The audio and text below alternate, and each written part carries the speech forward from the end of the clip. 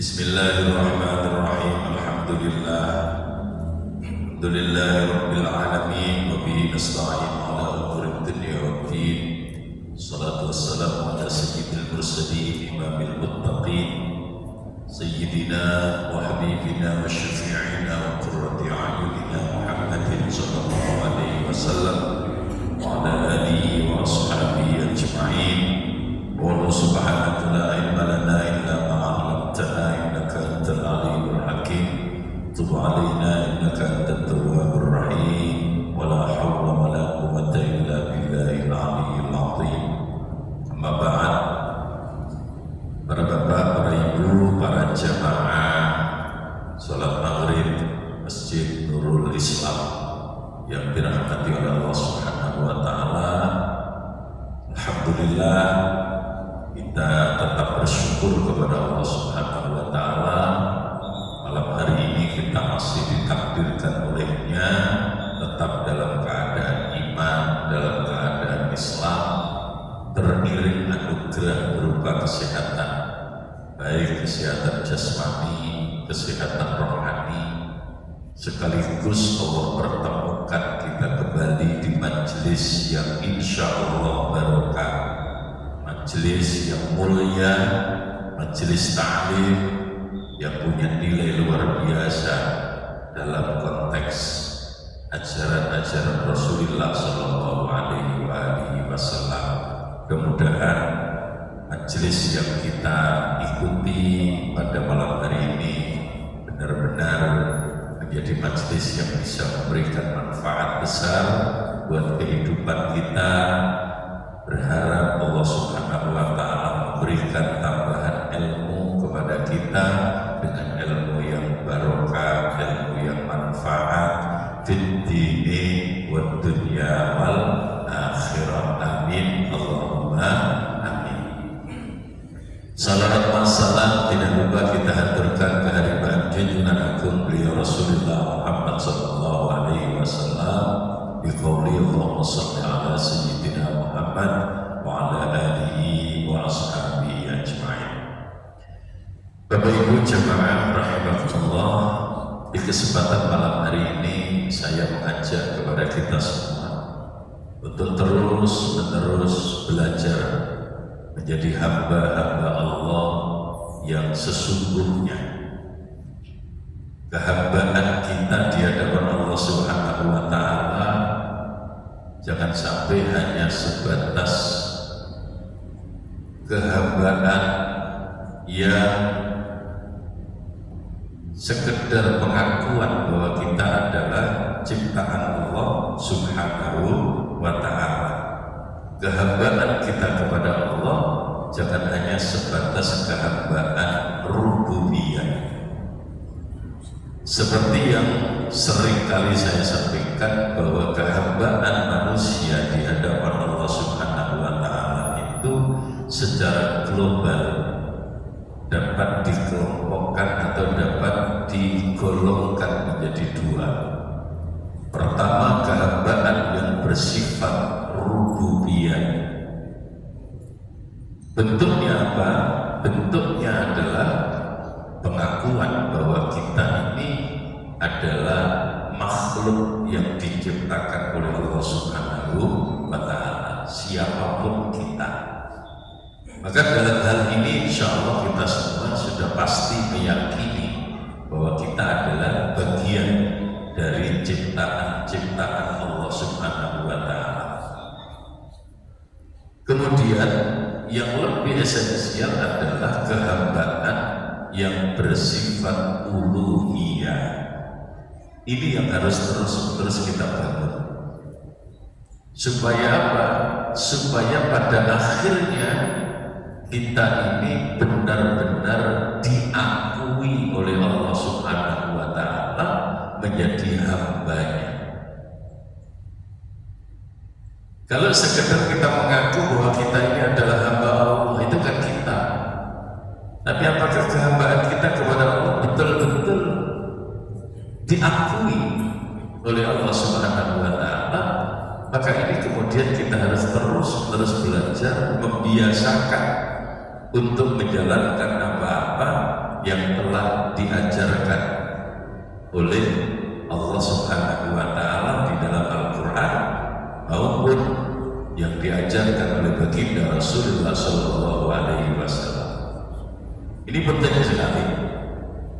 Sebagaimana Allah Subhanahu wa Ta'ala ceritakan di dalam surat Al-Furqan, ya, di dalam surat Al-Furqan Allah Subhanahu wa Ta'ala telah menunjukkan kepada kita tentang sifat-sifat hamba Allah Subhanahu wa Ta'ala yang sesungguhnya.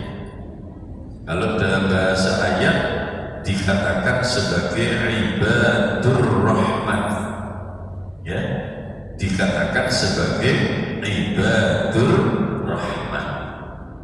Siapa ibadur rahman itu? Siapa yang disebut sebagai hambanya Allah Zat yang Maha Pengasih itu siapa? Maka di sana Allah Subhanahu wa Ta'ala kemudian menceritakan dimulai dari surat Al-Furqan ayat 63. Di sana Allah Subhanahu wa Ta'ala berfirman, A'udzu billahi minasy syaithanir rajim. Bismillahirrahmanirrahim. Wa ibadur rahmanil ladzina yamshuna 'alal ardi hauna wa idza khatabahumul jahiluna qalu salama. Satu ayat. Ya. Apakah berhenti sampai di situ? Sudah, nanti panjang sekali ayatnya. Ya, panjang sekali. Mulai dari ayat 63 sampai ayat 74 itu cerita tentang indikator-indikator atau sifat-sifat atau ciri-ciri orang yang disebut oleh Allah sebagai ibadur rahman. Kita tentu kemudian sadar bahwa ketika Allah Subhanahu wa Ta'ala menciptakan kita, memang esensi dari penciptaan kita itu hanya bertujuan agar kita mau menghamba kepada Allah. Dan itu panjenengan sudah hafal betul karena sering kali kita baca, ya, sering kali kita baca ayatnya. Wa ma khalaqatul jinna wal insa illa liya'budun. Dan aku tidak menciptakan jin dan manusia kecuali untuk beribadah. Kepada siapa? Kepada saya, Allah Subhanahu wa Ta'ala. Jadi esensi dari penciptaan kita itu tidak lain agar kita betul-betul bisa menghamba, bisa menghamba kepada Allah Subhanahu wa Ta'ala. Nah, menghamba itu bentuknya kayak apa? Macam-macam. Ya, tentu esensi dari penghambaan kita kepada Allah tidak lain adalah mengikuti setiap apa-apa yang telah diperintahkan oleh Allah Subhanahu wa Ta'ala, menjauhi, meninggalkan setiap apa yang dilarang oleh Allah Subhanahu wa Ta'ala. Itu globalnya seperti itu. Lalu kemudian oleh Allah Subhanahu wa Ta'ala dirinci dengan perincian yang cukup cermat, cukup detail. Sehingga ketika kita ingin betul-betul menghamba kepada Allah, kita berusaha untuk ngajari diri kita, membiasakan dalam diri kita untuk melakukan apa-apa yang telah ditunjukkan oleh Allah Subhanahu wa Ta'ala, yang salah satunya dituangkan di dalam ayat yang akan kita pelajari. Ya, Allah Subhanahu wa Ta'ala mengatakan wa ibadur rahman, dan hamba-hamba yang hambanya Zat yang Maha Pengasih, hamba-hamba Allah yang Maha Penyayang. Siapa mereka itu? Mereka itu adalah alladzina yang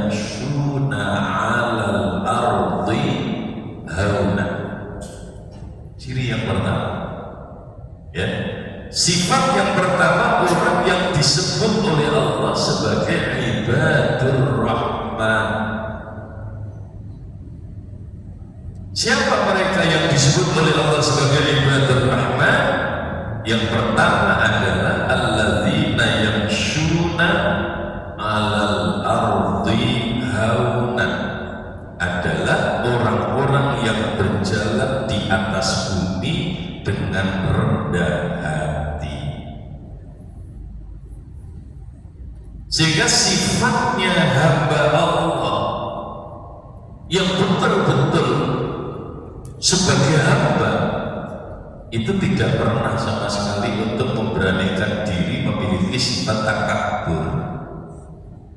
Yang dia miliki tidak lain adalah sifat tawadhu.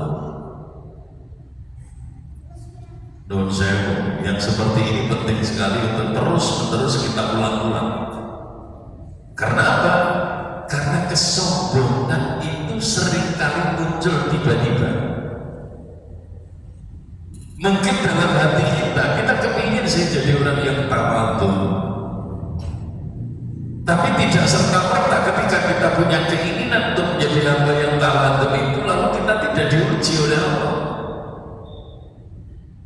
Maka kemudian seringkali kita berhadapan dengan ujian Allah yang berupa fadl-fadl yang Allah yang diberikan kepada kita, lalu kemudian kita lupa. Kita kemudian lupa dikasih kelebihan harta, menjadi orang kaya, lupa bahwa dia seharusnya menjadi hamba yang punya sifat tawadhu, tapi dengan ujian yang berupa kekayaan yang muncul,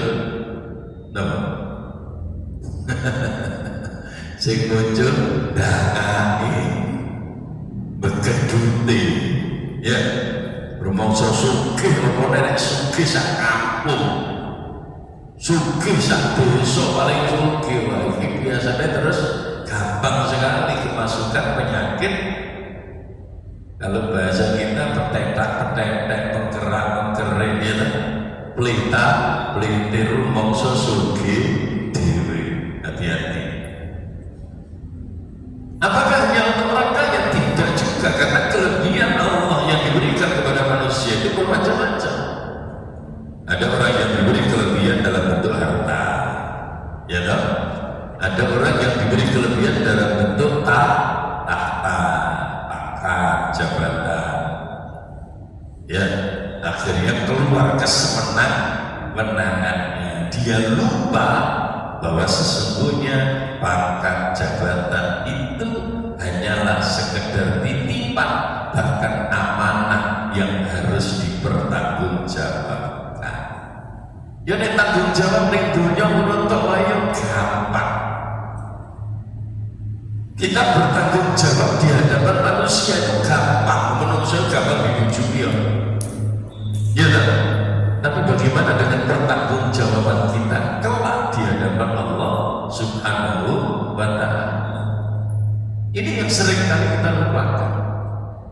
Ya, sehingga ketika kita punya jabatan, punya pangkat, punya posisi, lalu kita bertindak semena-mena menggunakan aji apa? Aji mumpung. Mumpung, ya. Nah ini bahaya ini kalau aji mumpung ini, ya. Iya.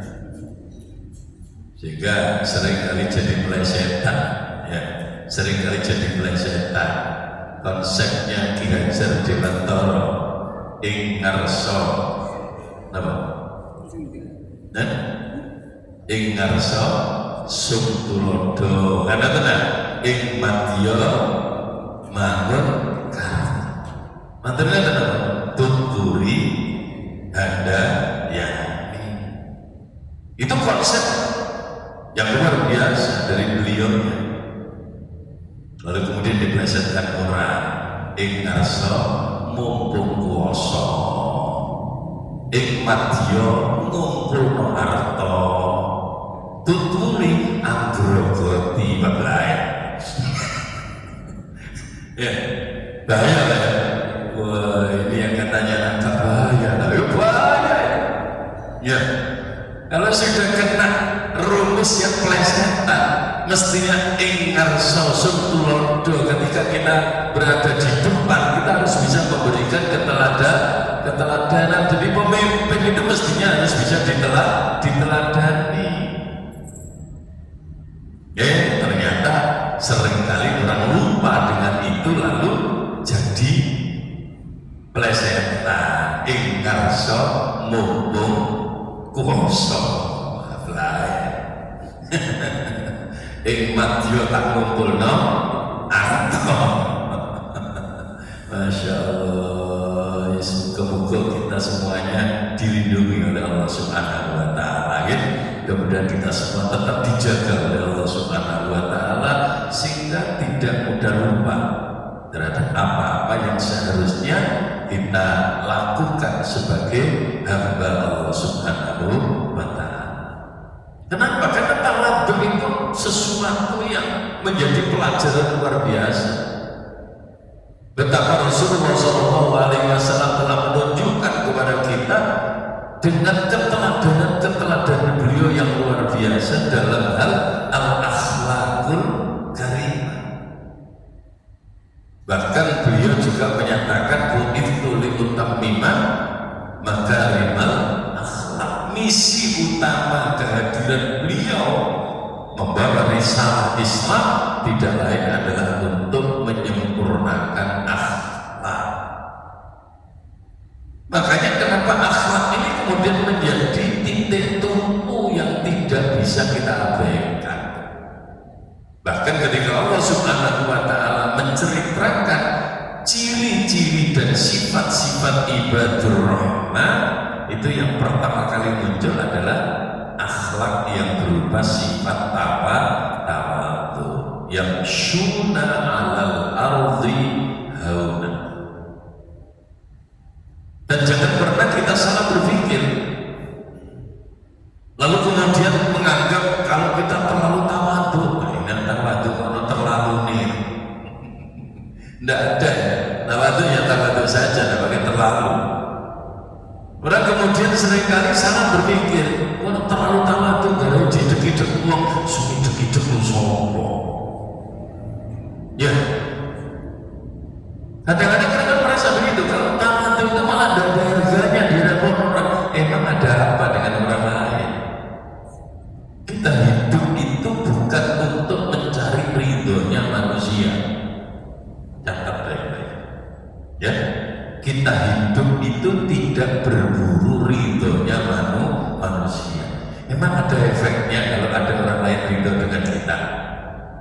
Ya, tidak ada efeknya.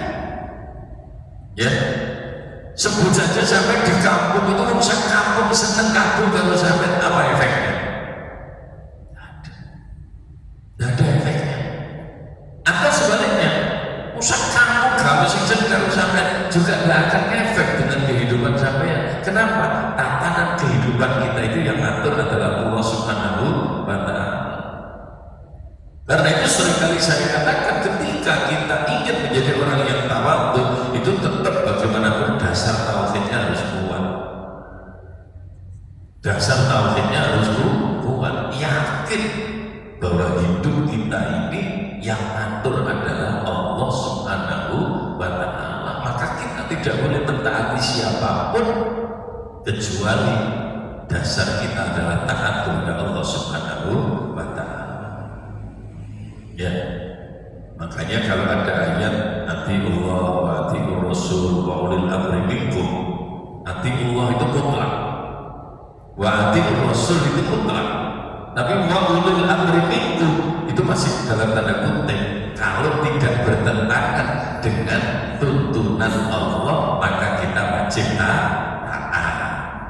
Tapi kalau bertentangan dengan ajaran-ajaran Allah dan ajaran-ajaran Rasulullah, maka kita tidak wajib taat, bahkan tidak boleh untuk taat.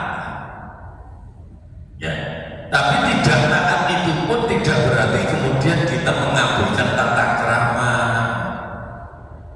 Tidak berarti kemudian kita mengabaikan akhlakul karimah. Cuman gara-gara sesuatu yang mungkin tidak cocok lalu kemudian kita mencaci maki, ya itu yang tidak boleh kan? Itu yang tidak boleh. Dalam kondisi apapun akhlak itu harus kita kedepankan. Ya. Ketika kita punya sifat tawadhu sebagaimana apa yang diceritakan oleh Allah di dalam ayat tadi, nggak usah khawatir.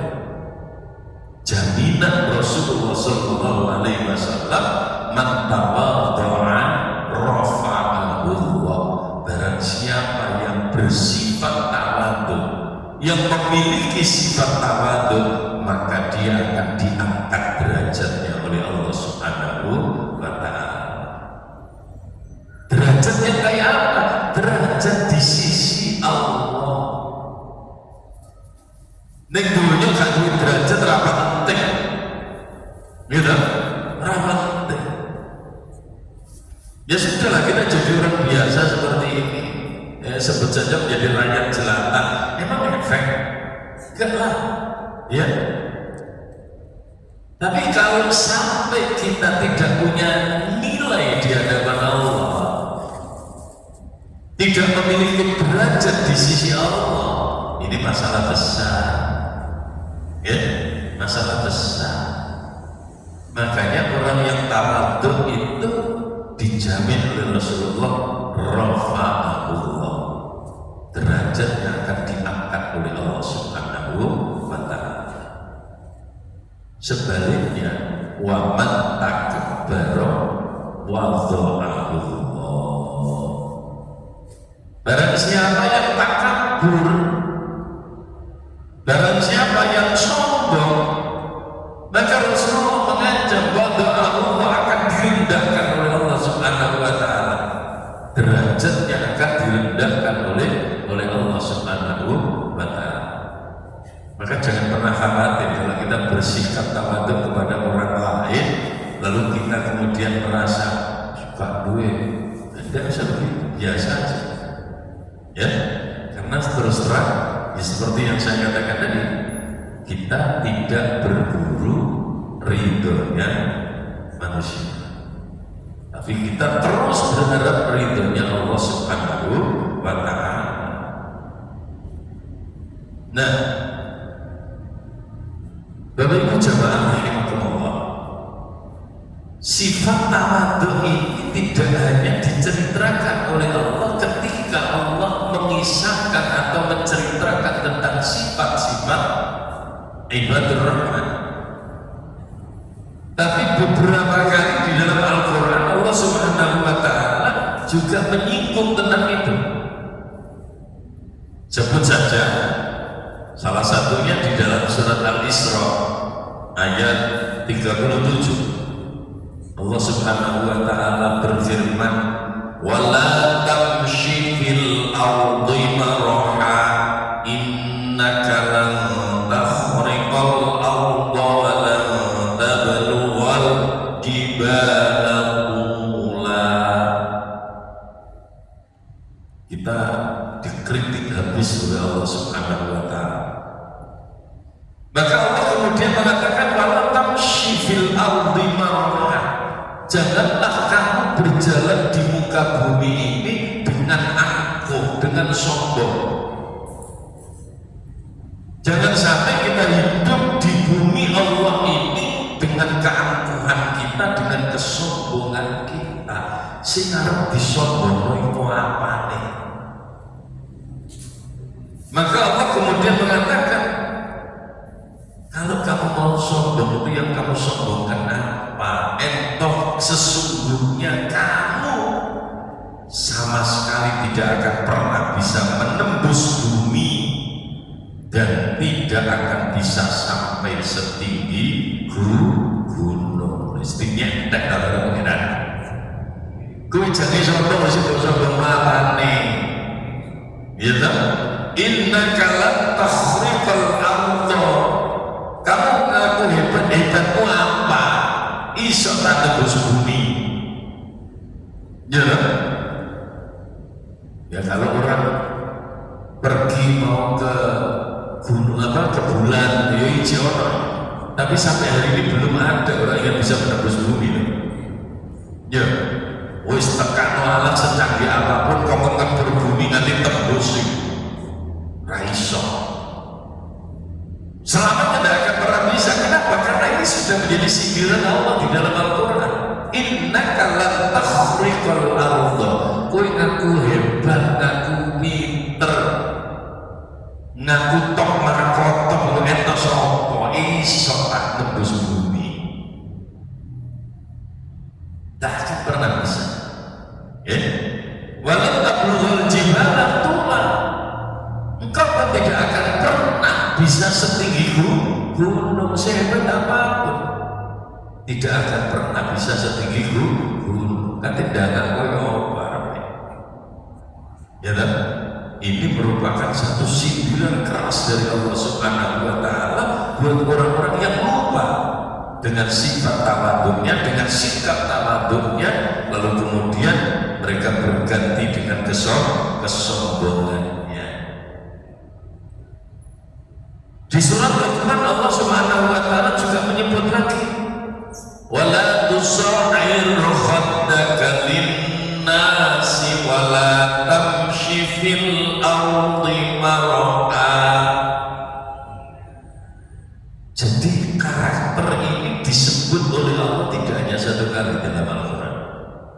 Itu menunjukkan betapa krusialnya sifat yang satu ini.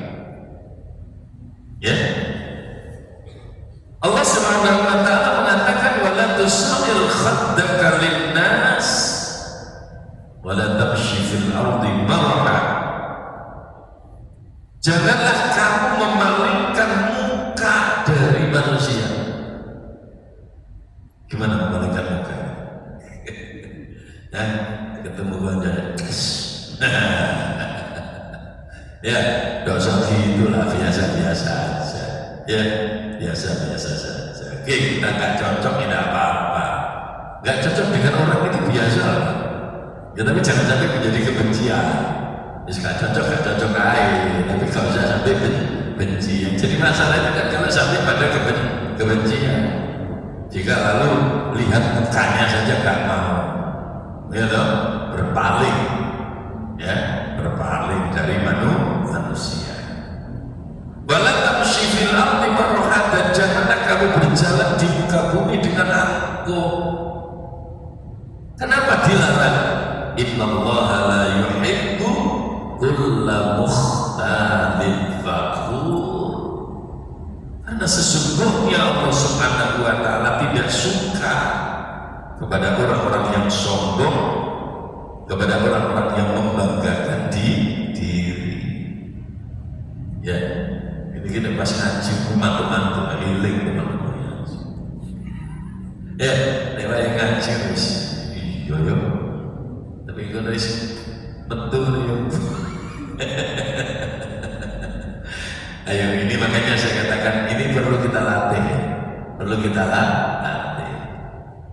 Sebab bagaimanapun juga perbaikan karakter, perbaikan perilaku itu tidak akan pernah terjadi hanya karena dorongan orang lain. Jadi, jadi perbaikan perilaku, perbaikan akhlak, perbaikan karakter itu tidak akan pernah terjadi hanya karena dorongan orang lain. Yang paling penting itu justru dorongan dari dalam diri kita sendiri, keinginan kuat dari hati kita untuk bisa menjadi orang yang lebih baik. Itu yang paling penting. Ya. Nah, ngaji ini kan di masyarakat saja biar kita ingat. Tapi apakah kemudian bisa kita amalkan? Balik ke dalam diri kita sendiri. Dalam amal apa tenang, gitu. Nah, itu. Bapak Ibu jemaah rahimakumullah. Jadi luar biasa sekali ketika Allah Subhanahu wa Ta'ala mengajari kita supaya menjadi orang-orang yang tawadhu ini. Dalam rangka apa? Dalam rangka menjadikan diri kita masuk dalam barisan orang-orang yang mampu menghamba kepada Allah, atau dalam Al-Quran disebut ibadur rahman. Kisah tentang orang-orang sombong yang kemudian akhirnya dihancurkan hidupnya oleh Allah Subhanahu wa Ta'ala, itu cukup banyak diceritakan di dalam Al-Quran. Salah satunya yang paling populer adalah kesombongan Qarun.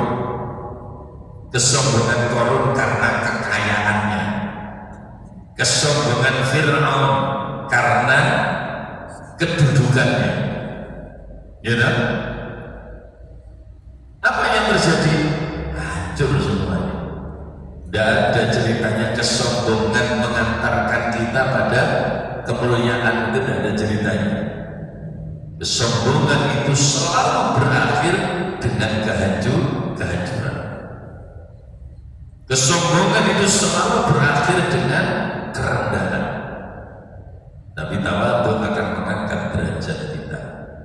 Tawadhu akan mengangkat harkat martabat kita di hadapan Allah Subhanahu wa Ta'ala.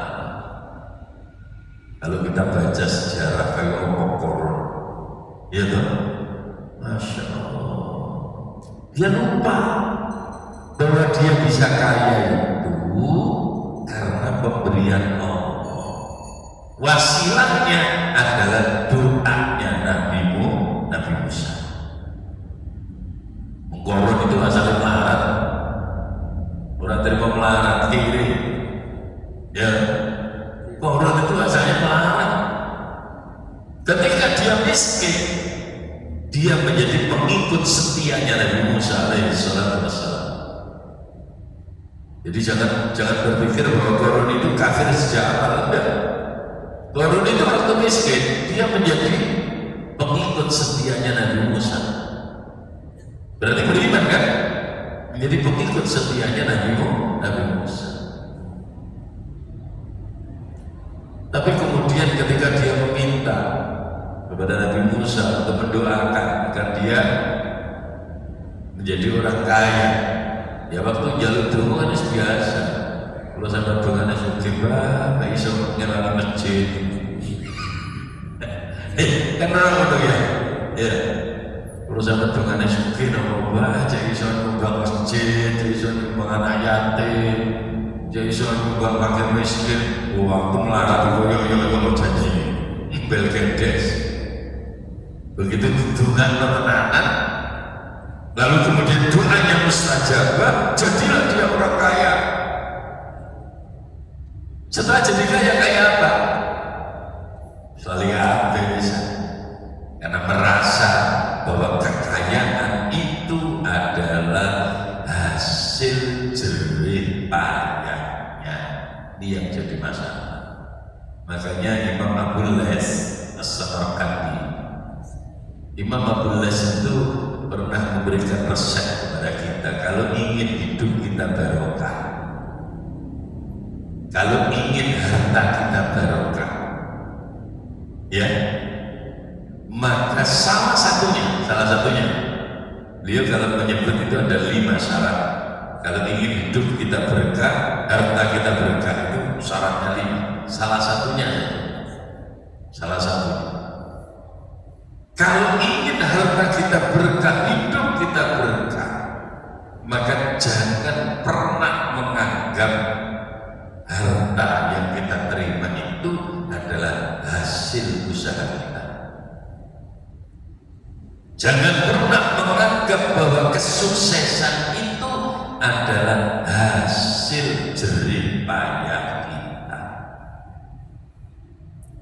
Terus kekayaan yang ada pada diri kita, keberhasilan dan kesuksesan kita harus kita sadari dan kita akui bahwa itu adalah pemberian Allah semata.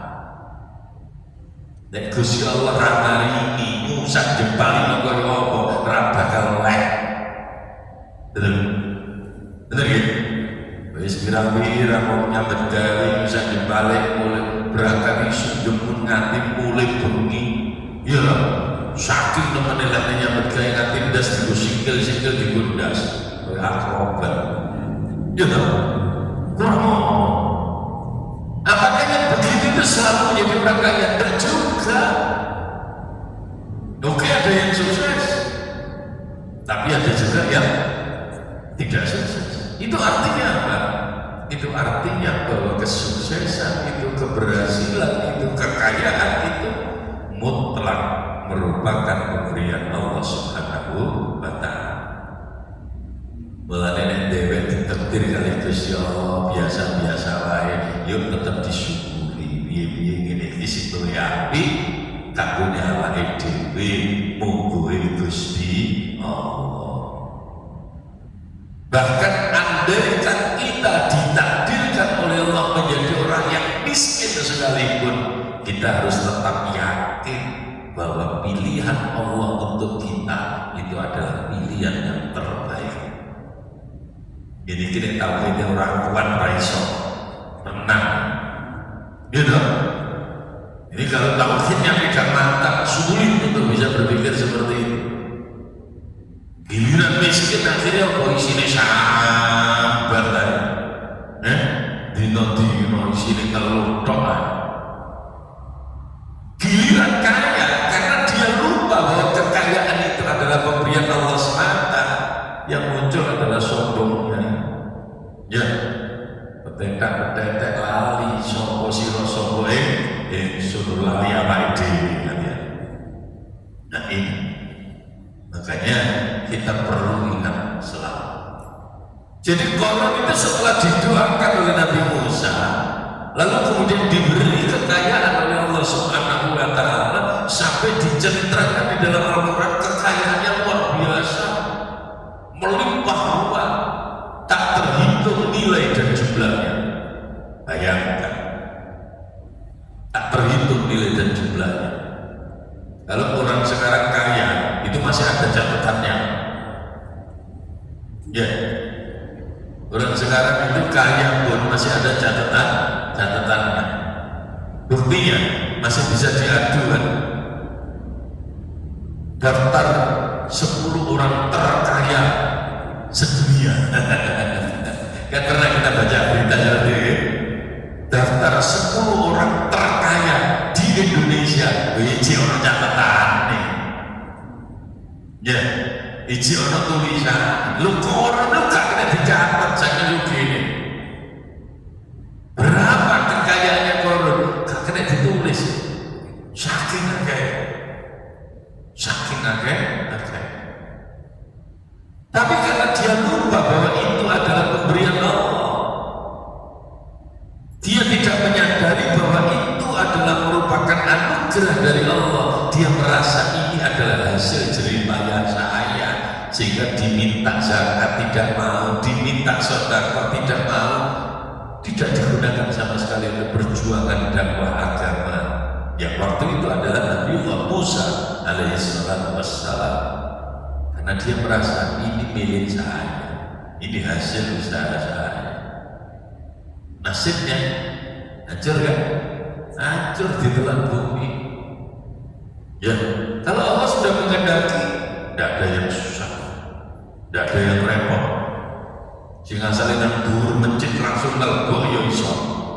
Ya, mulanya waktu naik dur kalau usah dagang-dagang. Nah, dagang-dagang malah kelilipan. Biasa aja.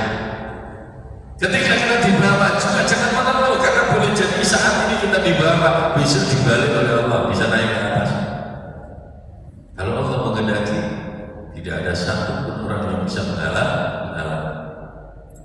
Ya, innama amruhu idza arada syai'an ay yaqula lahu kun fayakun. Lah dibaca bulan-bulan ya. Sudah tahu? Yasin ya. Dibaca bulan-bulan ya. Orang pocok ya dipahami sisi-sisi lah ya. Ya. Seperti innama amruhu idza arada syai'an ay yaqula lahu kun fayakun. Ketika Allah Subhanahu wa Ta'ala menghendaki sesuatu, tidak ada yang repot bagi Allah. Makanya ketika orang kafir mencoba untuk atau mempertanyakan. Apa yo iso to wong wis mari urip ini baru mati. Terus dilebokno ning kuburan wis hancur lebur kari tulang belulangnya. Lalu kemudian besok di akhirat akan dibangkitkan kembali oleh Allah Subhanahu wa taala. Apa yo iso ta? Apa mungkin itu terjadi? Ya orang kafir ya ngomong. Biar bagi Allah tidak ada yang sulit. Jangankan mengumpulkan tulang belulang untuk menjadi satu dan menjadi manusia kembali. Wong sing asale dulu ana menungso Gusti Allah gawe kadhe contoh ya iso. Iya toh? Nabi Adam itu kan gak ada ciptaannya ya. Contohnya di Gusti Allah gawe Nabi Adam. Tidak ada. Dari rasanya tidak ada saja Allah bisa menciptakan menjadi ada, apalagi yang sudah pernah ada. Lalu kemudian diadakan kembali, yuk tambah enteng. Makanya keimanan kita kepada Allah Subhanahu wa taala jangan pernah luntur dalam hal ini. Yakin bahwa semua yang dikehendaki oleh Allah itu sudah pasti akan terjadi. Maka ketika Allah memberikan kelebihan kepada kita, jangan sampai itu membuat kita sombong. Jangan sampai membuat kita angkuh. Jangan sampai membuat kita menjadi takabur. Sadari semua hanyalah sekedar pemberian Allah. Maka kita hanya bisa bersyukur. Lalu kemudian di hadapan orang-orang yang barangkali di bawah kita dalam hal status dunianya, kita tetap tawadhu. Ya, gak usah pelita-peliti, gak usah sombong-sombong dan sebagainya. Ya, nah, gambaran seperti itu diceritakan oleh Allah di dalam surat Qasas tentang Qarun tadi. Ya, Fir'aun itu kuatnya kayak apa? Sampai wani-wani aku tadi pengen ujungnya hancur juga kan? Hancur juga. Akhirnya dia harus tenggelam di laut dan keimanannya ditolak. Qarun itu menjelang mati itu sempat ngomong, aman tuh biro di Musa wa Harun, tapi arep ngomong itu dijejeli karo malaikat akhirnya iso. Yo malaikat itu gak terima. Wenang murid tentunya pelita-peliti petek-petek aku jadi pengeran barang-barang mati dadak muni aku iman aku pengerane Nabi Musa kok imut kok imut. Iya betul itu kan. Makanya kemudian Fir'aun itu kan mati tetap dalam keadaan kafir dan kemudian Allah jadikan jasadnya itu menjadi pelajaran yang luar biasa buat generasi-generasi berikutnya. Ya soal kemudian prosesnya kayak apa di bumi dan sebagainya, tapi itu menjadi percontohan agar generasi berikutnya, lebih-lebih generasi kita umat Rasulullah SAW, jangan pernah menyombongkan diri kita, apalagi sampai seperti insya Allah kalau kita bisa menjaga hati kita, ditoto tenang, bahwa ketika kita berhadapan dengan siapapun, kita coba belajar untuk tetap tawadhu. Ya, dengar wong gede tawadhu kata, tapi dengar wong cilik tetap tawadhu iku jempolan. Ya dong, jempolan tenan. Di hadapan bupati jenengan menghargai itu biasa. Ya, tapi di hadapan anak kecil jenengan masih bisa menghargai dia, itu menjadi luar biasa. Biasanya kan mau orang sih piye kok kakek ya tak. Terus semua sana tua ini mesti hebat, burung mesti ya tak. Nah, mudah-mudahan kita semuanya dijaga oleh Allah Subhanahu wa taala. Mudah-mudahan kita semua ditolong oleh Allah Subhanahu wa taala agar kita tetap menjadi orang-orang yang senantiasa tawadhu di hadapan siapapun, dan kemudian Allah jadikan kita termasuk golongan ibadur rahman, hamba-hambanya Allah, zat yang maha penyayang. Amin ya rabbal alamin. Kita berhadapan